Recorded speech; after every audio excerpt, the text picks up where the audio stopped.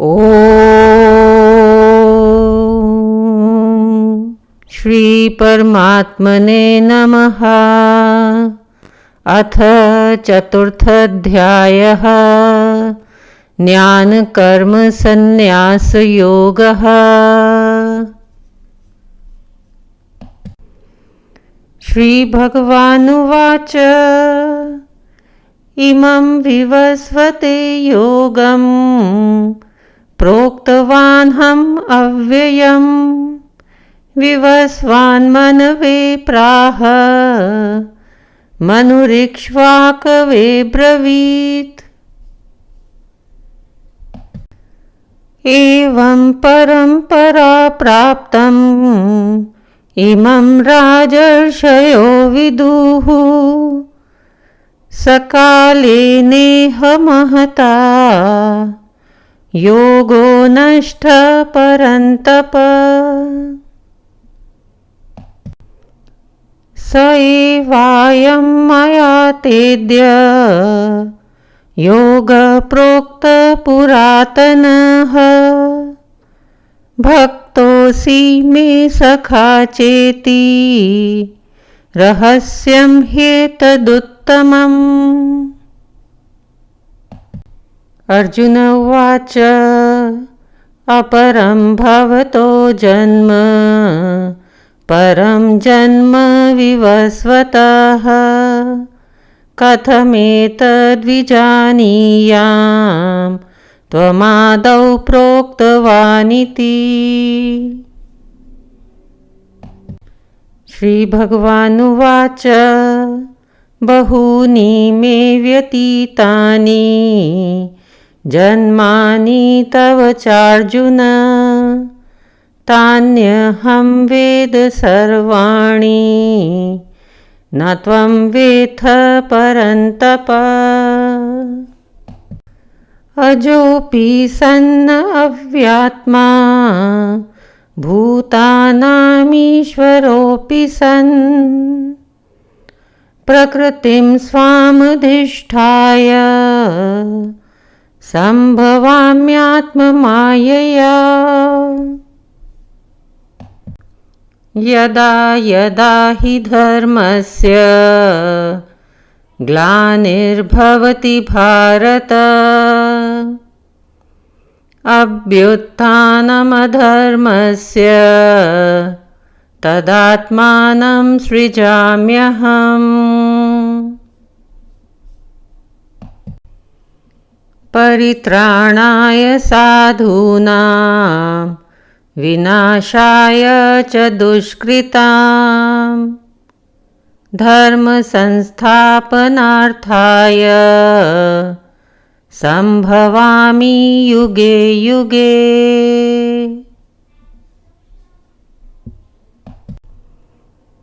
जन्म कर्म च मे दिव्यम् एवं यो वेत्ति तत्त्वतः त्यक्त्वा देहं पुनर्जन्म नैति मामेति सोऽर्जुन। वीतरागभयक्रोधा मन्मया मामुपाश्रिताः बहवो ज्ञानतपसा पूता मद्भावमागताः।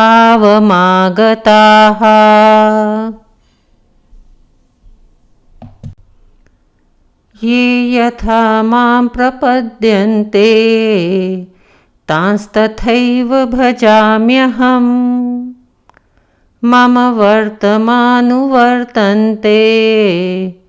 मनुष्याः पार्थ सर्वशः। काङ्क्षन्त कर्मणां सिद्धिं यजन्त इह देवताः क्षिप्रं हि मानुषे लोके सिद्धिर्भवति कर्मजा। चातुर्वर्ण्यं मया सृष्टं गुणकर्म विभागशः तस्य कर्तारमपि मां विद्यकर्तारमव्ययम्। न मां कर्माणि लिम्पन्ति न मे कर्मफले स्पृहा इति मां योऽभिजानाति कर्मभिर्न स बध्यते।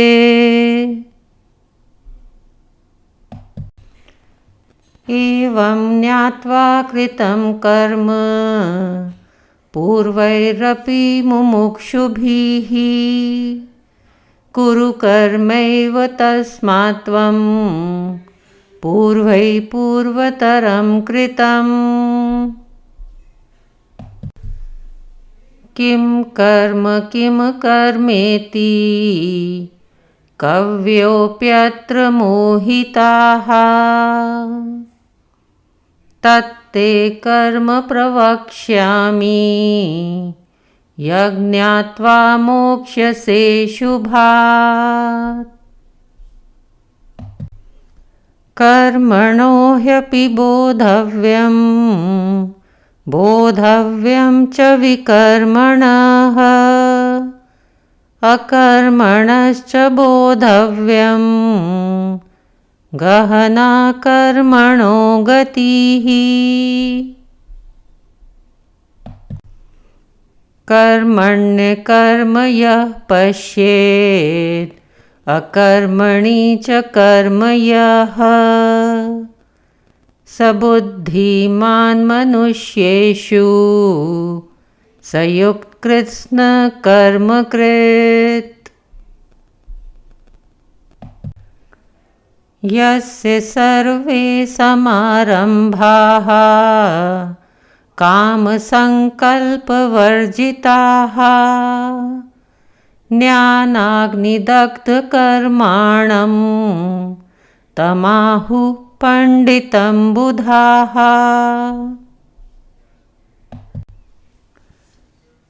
त्यक्त्वा कर्मफलासङ्गं नित्यतृप्तो निराश्रयः कर्मण्यभिप्रवृत्तोऽपि नैव किञ्चित् करोति सः। निराशीर्यतचित्तात्मा त्यक्तसर्वपरिग्रहः शारीरं केवलं कर्म कुर्वन्नाप्नोति किल्बिषम्। यदृच्छालाभसन्तुष्टो द्वन्द्वातीतो विमत्सरः समसिद्धावसिद्धौ च कृत्वापि न निबध्यते। गतसङ्गस्य मुक्तस्य ज्ञानावस्थितचेतसः यज्ञायाचरत कर्म समग्रं प्रविलीयते। ब्रह्मार्पणं ब्रह्महविः ब्रह्माग्नौ ब्रह्मणाहुतं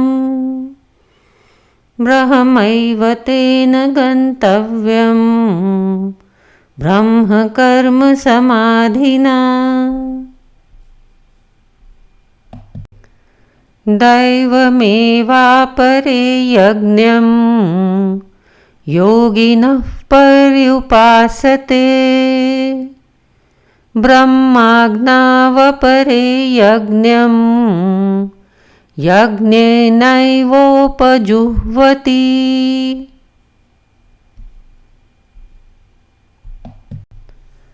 श्रोत्रादीनिन्द्रियाण्यन्ये संयमाग्निषु जुह्वति शब्दादीन् विषयानन्ये इन्द्रियाग्निषु जुह्वति। सर्वाणीन्द्रियकर्माणि प्राणकर्माणि चापरे आत्मसंयम योगाग्नौ जुह्वति ज्ञानदीपिते।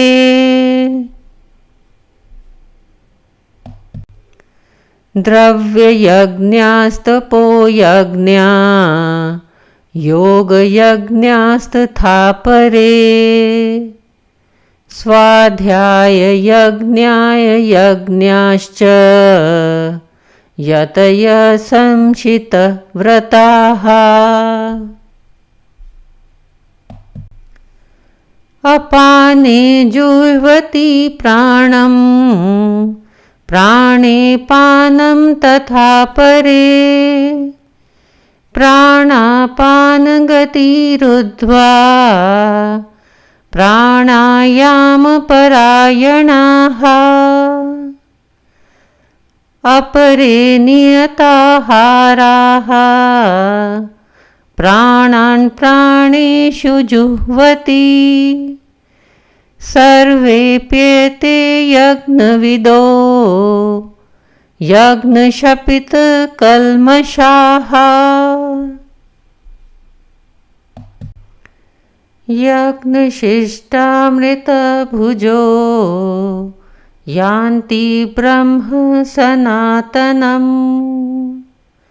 नायं लोकोऽस्त्ययज्ञस्य कुतोऽन्यः कुरु सत्तम।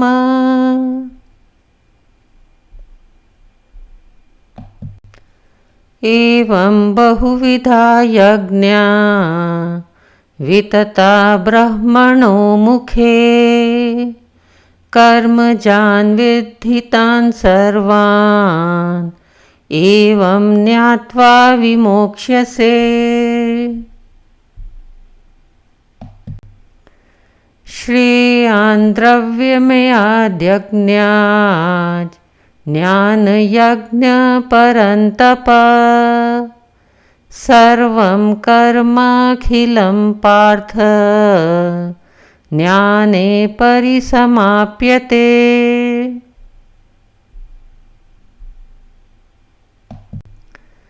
तद्विद्धि प्रणिपातेन परिप्रश्नेन सेवया उपदेक्ष्यन्ति ते ज्ञानं ज्ञानिनस्तत्त्वदर्शिनः।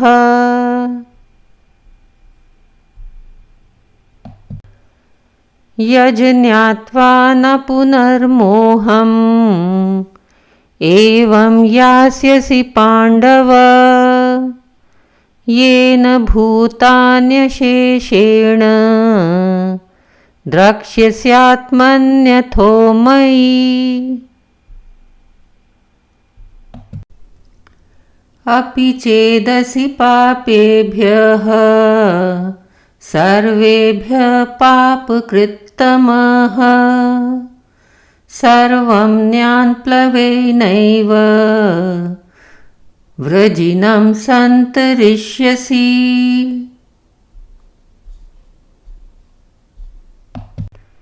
यथैधांसि समिद्धोऽग्निः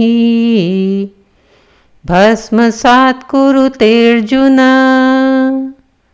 ज्ञानाग्निः सर्वकर्माणि भस्मसात् कुरुते तथा। न हि ज्ञानेन सदृशं पवित्रमिह विद्यते। तत्स्वयं योगसंसिद्धः कालेनात्मनि विन्दति। श्रद्धावान् लभते ज्ञानं तत्परः संयतेन्द्रियः। ज्ञानं लब्ध्वा परां शान्तिम् अचिरेणाधिगच्छति।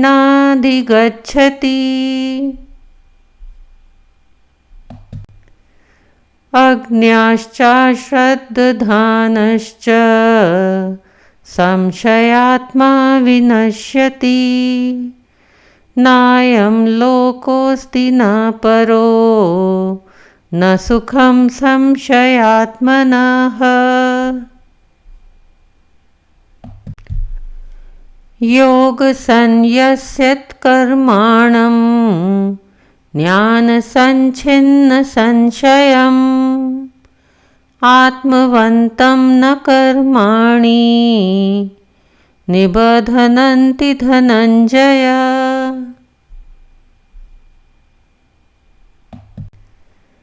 तस्मात् ज्ञानसम्भूतं हृतस्थं ज्ञानसिनात्मनः चित्तवैनं संशयं योगम् आतिष्ठोत्तिष्ठ भारत।